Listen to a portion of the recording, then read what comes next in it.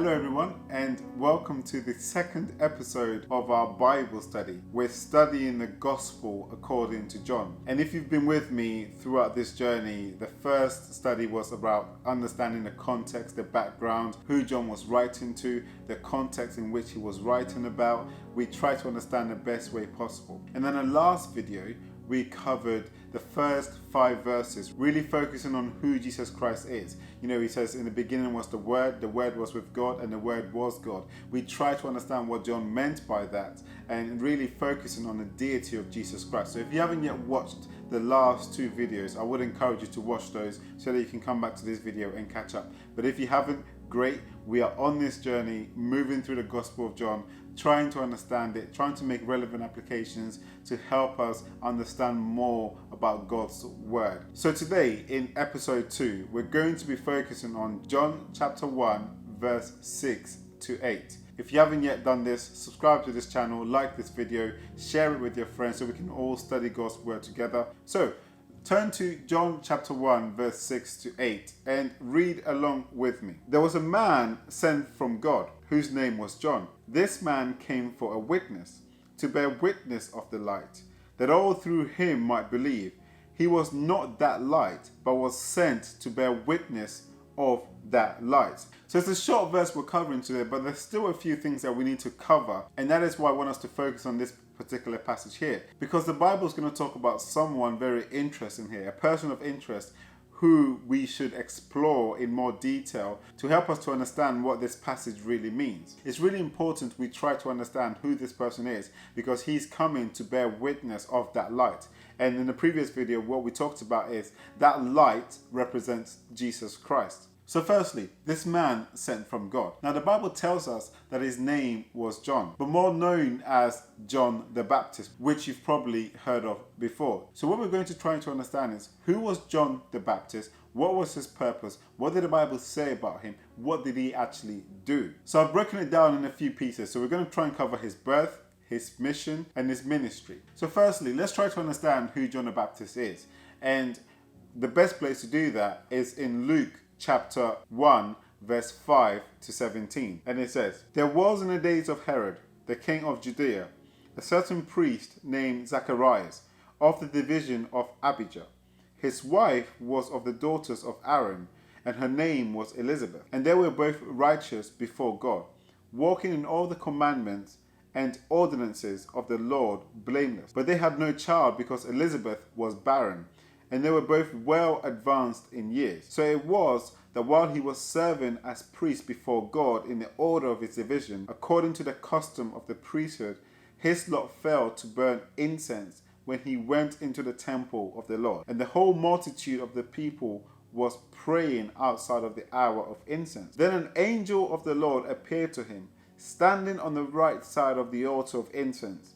And when Zacharias saw him, he was troubled, and fear fell upon him. But the angel said to him, 'Do not be afraid, Zacharias, for your prayer is heard, and your wife Elizabeth will bear you a son, and you shall call his name John, and you will have joy and gladness, and many will rejoice at his birth, for he will be great in the sight of the Lord, and shall drink neither wine nor strong drink. He will also be filled with the Holy Spirit, even from his mother's womb. And he will turn many of the children of Israel to the Lord their God.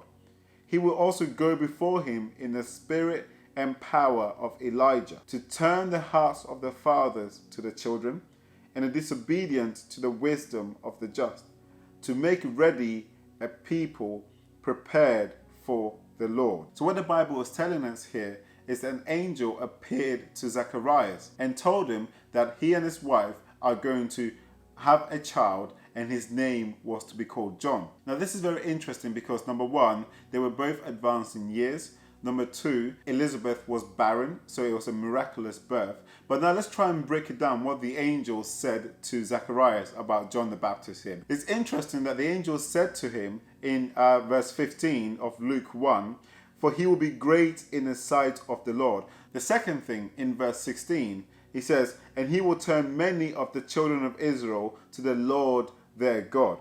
The third thing, in verse 17, "He will also go before him in the spirit and power of Elijah, to turn the hearts of the fathers to the children, and the disobedient to the wisdom of the just, to make ready a people prepared for the Lord. So those three things are of interest here. The angel was telling Zacharias that this John the Baptist, who was to come in the world at that particular time, he is going to be great. He's going to preach God's word. He's going to turn a lot of people's hearts towards God. But the most significant of those in verse 17 is that he will also go before him in the spirit and power of Elijah. Now, Elijah was a prophet in the Old Testament thousands and thousands of years ago. He was a prophet. He actually didn't die.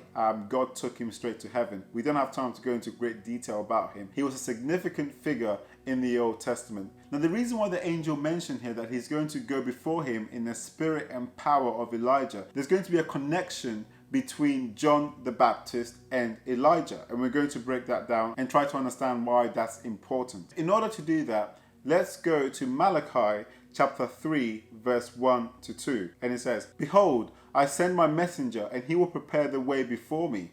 And the Lord whom you seek will suddenly come to his temple, even the messenger of the covenant in whom you delight. Behold, he is coming, says the Lord of hosts." Let's also go to Malachi chapter 4, verse 5 to 6. And it says, "Behold, I will send you Elijah the prophet before the coming of the great and dreadful day of the Lord. And he will turn the hearts of the fathers to the children, and the hearts of the children to their fathers, lest I come and strike the earth with a curse." So that prophecy was very significant in that time, because Malachi, the book we just quoted from, is the last book of the Old Testament. After this prophecy, there was no revelation from God for 400 years. And what Malachi is saying here is that before the great day of the Lord, he will send forth Elijah, who is going to do what? He will turn the hearts of the fathers to the children, and the hearts of the children to their fathers, lest I come and strike the earth with a curse. What did the angel say in Luke chapter 1, verse 17? Let's go back to that. It says, "And he will also go before him in the spirit and power of Elijah, to turn the hearts of the fathers to the children, and the disobedient to the wisdom of the just, to make ready a people prepared for the Lord." There's similarities here between what the angel is saying to Zacharias and what Malachi was saying about this Elijah who is going to come. So by the angel saying that to Zacharias, that he's going to go before him in the spirit and power of Elijah, by saying he's going to turn the hearts of their fathers to their children and children to their fathers, he's connecting the two. And what he's saying here is that John the Baptist came in the spirit and power of Elijah. So John the Baptist fulfilled that Old Testament prophecy about the person who is going to come and prepare the way for the Lord. There's another prophecy that John the Baptist fulfills as well. Go to Isaiah chapter 40, verse 3 to 5. And he says, "The voice of one crying in the wilderness, prepare the way of the Lord. Make straight in the desert a highway for our God. Every valley shall be exalted, and every mountain and hill brought low. The crooked places shall be made straight, and the rough places smooth. The glory of the Lord shall be revealed, and all flesh shall see it together, for the mouth of the Lord hath spoken." Now that prophecy was fulfilled in Luke chapter 3, verse 3. And it says, "And he went into all the regions around the Jordan," this is referring to John the Baptist, "preaching a baptism of repentance for the remission of sins, as it is written in the book of the words of Isaiah the prophet, saying, The voice of one crying in the wilderness, prepare the way of the Lord, make his path straight. Every valley shall be filled, and every mountain and hill brought low. The crooked places shall be made straight, and the rough ways smooth, and all flesh shall see the salvation of God." So John the Baptist is a very significant figure. And the people in those times were expecting someone to come who is going to prepare the way of the Lord. Now, they were expecting Elijah to come physically. And we see this in John chapter 1, verse 19. And it says, "Now, this is the testimony of John. When the Jews sent priests and Levites from Jerusalem to ask him, 'Who are you?'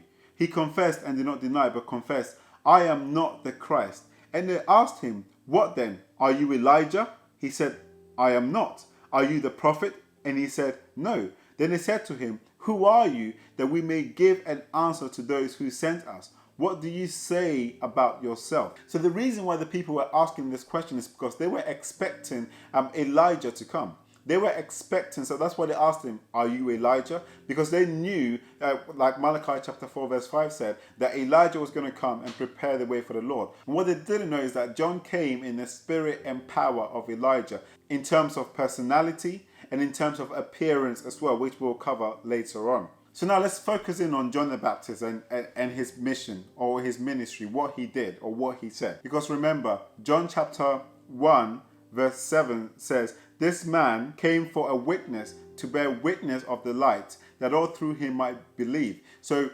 how did John bear witness of the light? Referring to Jesus Christ. Because all the Old Testament prophets were saying that this man was going to come and prepare the way for the Lord, meaning Jesus Christ, going to prepare the way for him. So how did John the Baptist do this? Turn with me to Matthew chapter 3 verse 11. And it says, I indeed baptize you with water unto repentance, but he who is coming after me is mightier than I, whose sandals I am not worthy to carry. He will baptize you with the Holy Spirit and fire. His winnowing fan is in his hand, and he will thoroughly clean out his threshing floor and gather his wheat into the barn, but he will burn up the chaff with unquenchable fire. Go to John chapter 1 verse 19 to 23 again. Start from verse 22. Then they said to him, who are you, that we may give an answer to those who sent us? What do you say about yourself? He said, I am the voice of one crying in the wilderness, make straight the way of the Lord, as the prophet Isaiah said. So what we're seeing here is John fulfilling this prophecy, preparing the way for Jesus Christ, saying there's one who is coming very soon, and he's the one who's going to baptize you with the Holy Spirit. He is the light of the world, and he's saying, I'm not even worthy to tie his sandals, right? So you see John preaching, but also fulfilling the Old Testament prophecies. He's preparing the way for the light that is to come, and that is Jesus Christ. Let's also look at how John the Baptist was preaching. Go to Matthew chapter 3 verse 1, and it says, in those days John the Baptist came preaching in the wilderness of Judea and saying, repent, for the kingdom of heaven is at hand. For this is he who was spoken of by the prophet Isaiah, saying, the voice of one crying in the wilderness, prepare the way of the Lord, make his path straight. Now we see again here John preaching, telling people to repent because the light is coming into the world. That people should be ready to receive him and accept him. But then later on we also see Matthew confirming that John the Baptist fulfilled this prophecy in Isaiah, which we read earlier, about the voice of one crying in the wilderness, preparing the way for the Lord. Now let's go to Luke chapter 3 verse 7. Then he said to the multitudes that came out to be baptized by him, brood of vipers, who warned you to flee from the wrath to come? Therefore bear fruits worthy of repentance, and do not begin to say to yourselves, we have Abraham as our father. For I say to you that God is able to raise up children to Abraham from these stones. And even now the axe is laid to the root of the tree. Therefore every tree which does not bear good fruit is cut down and thrown into the fire. So the people asked him, saying, what shall we do then? He answered and said to them, he who has 2 tunics, let him give to him who has none. And he who has food, let him do likewise. Then tax collectors also came to be baptized, and said to him, Teacher, what shall we do? And he said to them, collect no more than what is appointed for you. Likewise the soldiers asked him, saying, and what shall we do? So he said to them, do not intimidate anyone, or accuse falsely, and be content with your wages. So you see here John the Baptist preaching, preparing the way for Jesus Christ, telling people to repent. Repent meaning a change of mind, a change of heart. And he's saying, prepare yourself for Jesus Christ. Prepare yourself for his coming. And people are saying to him, what shall we do? Because if you have more than you need, give to somebody else. If you're a soldier, don't intimidate people. So you can see him preparing the way of the Lord as the Old Testament prophesied. Now remember, the angel said to Zacharias, John the Baptist's father, in Luke chapter 1, which we covered earlier, that this John is going to come in the spirit and power of Elijah. So it's good for us to try and understand or compare the two. And one of the things that's really similar with John the Baptist and Elijah is their appearance. Let's go to 2 Kings chapter 1 verse 8, and it says, so they answered him, a hairy man wearing a leather belt around his waist. And he said, it is Elijah the Tishbite. Now let's go to Matthew chapter 3 verse 4, and it says, Now John himself was clothed in camel's hair with a leather belt around his waist. But what we see here is Elijah and John the Baptist were very similar in terms of appearance. Now the next evidence we have as well is Jesus confirming that John the Baptist did in fact come in the spirit and power of Elijah. Now turn with me to Matthew chapter 11 verse 7 to 15. And he says, as they departed, Jesus began to say to the multitude concerning John, what did you go out into the wilderness to see? A reed shaken by the wind? But what did you go out to see? A man clothed in soft garments? Indeed, those who wear soft clothing are in kings' houses. But what did you go out to see? A prophet? Yes, I say to you, and more than a prophet. For this is he of whom it is written, behold, I send my messenger before your face, who will prepare your way before you. Assuredly I say to you, among those born of women there has not risen one greater than John the Baptist. But he who is least in the kingdom of heaven is greater than he. And from the days of John the Baptist until now, the kingdom of heaven suffers violence, and the violent take it by force. For all the prophets and the law prophesied until John. And if you are willing to receive it, he is Elijah who is to come. He who has ears to hear, let him hear. So that's what Jesus is confirming as well. He's saying to the people, if you are willing to accept it, he is the Elijah that is to come. And he made references in Isaiah as well about, preparing the way for the Lord. And all of these things about John the Baptist is very important and significant for us to understand. So to summarize, John fulfilled the Old Testament prophecies about a man coming to prepare the way for the Lord, turning the hearts of the fathers to the children and the children to the fathers, coming in the spirit and power of Elijah.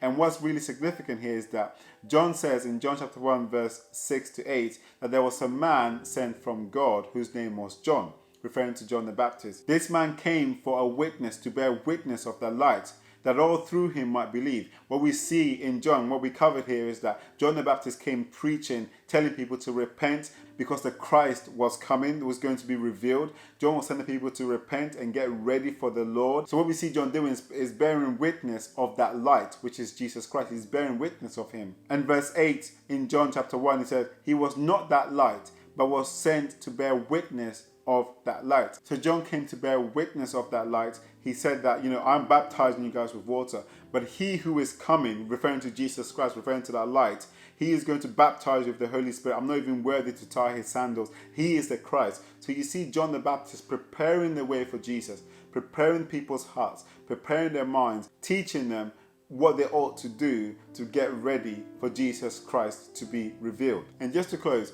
John the Baptist fulfilled the Old Testament prophecies. His testimony and how he bore witness, again, it's a testament to the deity of Jesus Christ. Because this is the man who was prophesied thousands of years ago that he's going to come and prepare the way for the Lord. So when you see John the Baptist preparing the way for the Lord and him saying that the Christ is going to come and he's the one who's going to baptize you with the Holy Spirit, he's the one, I'm not even worthy to tie his sandals, the people in those days would have understood that the Christ was to come. So just to recap again, there was a man sent from God. His name was John, referring to John the Baptist. This man came for a witness, to bear witness of that light. John the Baptist's ministry was to bear witness about the coming of Jesus Christ, or the revelation of Jesus Christ. So when people saw him preaching and in appearance and the spirit and power of Elijah, they knew that the light had come into the world. So that's the end of our study today.